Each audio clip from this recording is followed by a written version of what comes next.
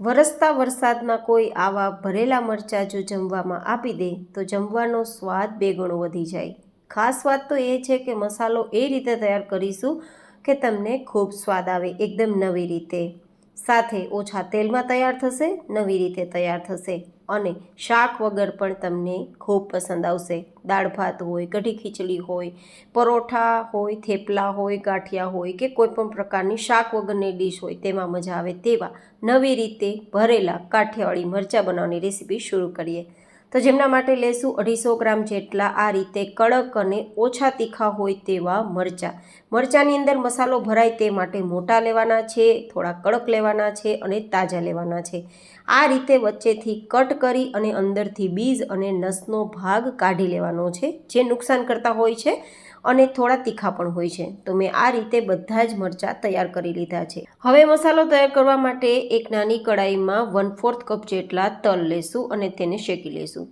તલમાં inbuilt oil હોય છે તો ઓછા તેલથી આપણે મરચાં તૈયાર કરી શકીએ, પ્લસ તેનો સ્વાદ ખૂબ સરસ લાગશે અને હેલ્ધી પ્રોપર્ટીઝ પણ ખૂબ હોવાના કારણે તમને હેલ્થ બેનિફિટ્સ પણ મળવાપાત્ર છે। તો મેં આ રીતે તલનો ઉપયોગ કર્યો છે। તલ થોડા શેકાઈ ગયા છે તો તેને નીચે લઈને ઠંડા કરી લેશું। હવે તે જ રીતે લેશું 1/4 કપ જેટલા કાચા મગફળીના દાણા। અહીંયા ધ્યાન રાખવાનું છે, ફોતરી નથી કાઢવાની, માત્ર અંદરનો કાચો ટેસ્ટ નીકળે તેના માટે ધીમા ગેસની ફ્લેમ પર શેકવાના છે। ફોતરીમાં ખૂબ સારા વિટામિન્સ હોય છે તો આપણે નહીં કાઢીએ। હવે આ બંને સામગ્રીને ઠંડી કરવા સાઈડમાં રાખી દઈશું।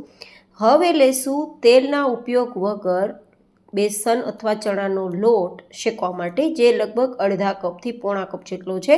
અહીંયા તેલનો ઉપયોગ નથી કરવાનો, બસ ધીમા ગેસની ફ્લેમ પર આપણે માત્ર આપણો લોટ શેકાય ત્યાં સુધી જ ચલાવવાનું છે। અહીંયા ડાર્ક કલર ના થાય એ પણ જોવાનું છે, જેથી ગેસની ફ્લેમ ધીમી રાખવાની છે। સતત ચલાવશો તો આ રીતે ચણાનો લોટ શેકાતા પૂરા કિચનમાં તેની સુગંધ ફેલાઈ જશે। લોટ શેકાઈ જાય પછી તેને પણ ઠંડો કરવા સાઈડમાં રાખી દઈશું। હવે આપણા સિંગદાણા અને તલ બંને પરફેક્ટ ઠંડા થઈ ગયા છે તો મિક્સરમાં લઈ લેશું। ખાસ ધ્યાન રાખવાનું કે ગ્રાઇન્ડ કરતી વખતે આ બંને સામગ્રી ઠંડી હોવી જોઈએ। હવે તેનો આપણે દરદરો પાવડર તૈયાર કરી લઈશું। આ બંનેમાં ઇનબિલ્ટ ઓઇલ હોય છે તો મિક્સર આપણે વધારે ચાલુ નથી રાખવાનું, નહીં તો પેસ્ટ થઈ જશે। આ રીતે પાવડર જ તૈયાર કરવાનો છે, તેને સાઈડમાં રાખી દઈશું અને હવે તે જ મિક્સર જારમાં આપણે એક પેસ્ટ તૈયાર કરી લઈશું, જેમાં 3-4 નંગ મરચાં અને થોડો આદુનો ટુકડો માત્ર તીખાસ માટે। જોકે મરચાં ઓલમોસ્ટ તીખા હોય જ છે, પણ થોડા ઓછા તીખા હોવાના કારણે મસાલો થોડો સ્પાઇસી બને તો વધારે મજા આવે તેના માટે આપણે યુઝ કરીએ છીએ। લસણનો ઉપયોગ મેં નથી કર્યો।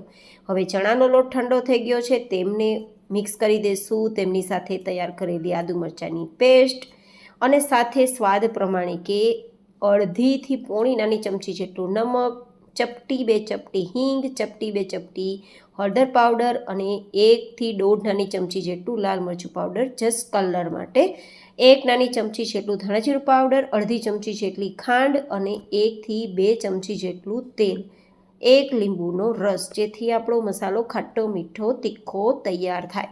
હવે આપણે બધો જ મસાલો સરસ મજાનો મિક્સ કરવાનો છે। અહીંયા હવે બીજું કંઈ એક્સ્ટ્રા ઉમેરવાની જરૂર નથી। જોકે ઘણા લોકો ગરમ મસાલો યુઝ કરે છે, પણ હું નથી કરતી તો મેં નથી ઉમેરેલો। જોકે જરૂર પણ નથી, તેમ છતાં મસાલાનો ટેસ્ટ ખૂબ સરસ લાગશે। આ રીતે બધું મિક્સ થઈ ગયું છે। ઉપરથી લીલા ધાણા સ્પ્રિંકલ કરી ફરીથી મિક્સ કરી દઈશું। ગાઈઝ, આ મસાલો એવો છે કે તમે એકવાર બનાવી 2 મહિના એરટાઇટ કન્ટેનરમાં ભરી ફ્રીઝમાં રાખી સ્ટોર કરી શકો છો એન્ડ એની ટાઈમ કોઈ પણ ભરેલા શાક હોય કે પછી મરચાં ભરવા હોય ત્યારે તમે મિનિટોમાં ભરીને તૈયાર કરી શકો છો। તમારું કામ સરળ થઈ જશે।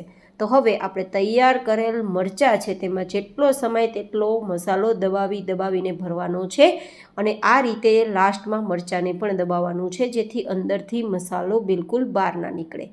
તો આ જ રીતે આપણે બધા જ મરચાંને ભરી લઈશું અને ભર્યા બાદ જો મસાલો વધે તો આપણે સ્ટોર પણ કરી શકીએ છીએ અને લાસ્ટમાં આપણે મરચાં ઉપર સ્પ્રિંકલ કરવામાં પણ યુઝ કરી શકીએ છીએ।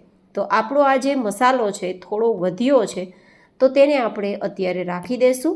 તો આ તૈયાર થયેલ મરચાંને આપણે હવે સાઈડમાં રાખી દઈશું અને આ મસાલાનો ઉપયોગ આપણે આગળ આજની રેસીપીમાં જ કરશું। જો કે ના કરવો હોય તો સ્ટોર પણ કરી શકો છો, એઝ યોર ચોઇસ। હવે માત્ર આપણે 1 થી 1.5 ચમચી જેટલું જ તેલ આપણે કડાઈમાં લેશું અને કડાઈમાં આ રીતે બધી જ સાઈડ કોટિંગ કરી લઈશું અને પછી જેટલા સમય તેટલા મરચાં આ રીતે ગોઠવી દઈશું. જો કે બધા જ મરચાં સમાઈ જશે કઢાઈ પોળી હોવાના કારણે. અહીંયા આપણે ઓછા તેલનો ઉપયોગ એટલા માટે કર્યો છે કે આપણા મરચાં વધારે હેલ્ધી બને એન્ડ હેલ્થ કોન્શિયસ લોકો જે તેલ નથી ખાતા તે પણ ખાઈ શકે. હવે ખાસ મરચાંને આપણે સ્ટીમથી કૂક કરવાના છે, તો સ્ટીમ માટે 1 ચમચી પાણી આ રીતે બધી જ સાઈડ સ્પ્રિંકલ કરીશું અને પછી તેને ઢાંકીને ધીમા ગેસની ફ્લેમ પર 2 મિનિટ માટે થવા દઈશું. અહીંયા ખાસ ધ્યાન રાખવાનું છે, ગેસની ફ્લેમ ધીમી જ રહેવી જોઈએ. 2 મિનિટ જેવો સમય થઈ ગયો છે અને આપણે આ રીતે મરચાંની સાઈડ બદલી દેવાની છે. આરામથી બદલશો તો મસાલો બિલકુલ બહાર નહીં નીકળે. ફરીથી 1 ચમચી જેટલું પાણી છાંટી દઈશું અને પછી ઢાંકીને ધીમા ગેસની ફ્લેમ પર ફરીથી 2 મિનિટ થવા દઈશું.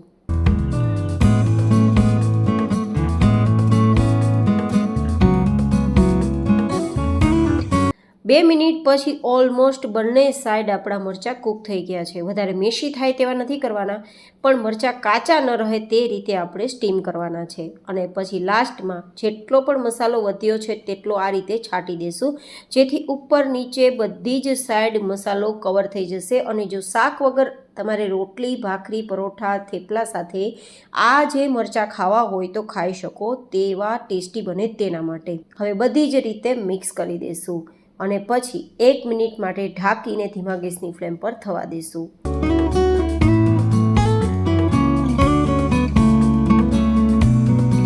એક મિનિટ પછી એકદમ સરસ આપણો મસાલો કોટિંગ થઈ ગયો છે મરચાં સાથે. તો હવે તૈયાર થયેલ મરચાંને આપણે સર્વ કરી લઈશું. જો કે આ મરચાંને તમે 2 દિવસ ફ્રીઝમાં રાખીને પણ ખાઈ શકો છો. તમને મારી આજે આ નવી રીતે ભરેલા મરચાંની રેસીપી કેવી લાગી એ કોમેન્ટમાં જરૂર બતાવજો. ફરી મળીશું એક નવી જ હેલ્ધી રેસીપી સાથે. ત્યાં સુધી stay healthy and stay happy.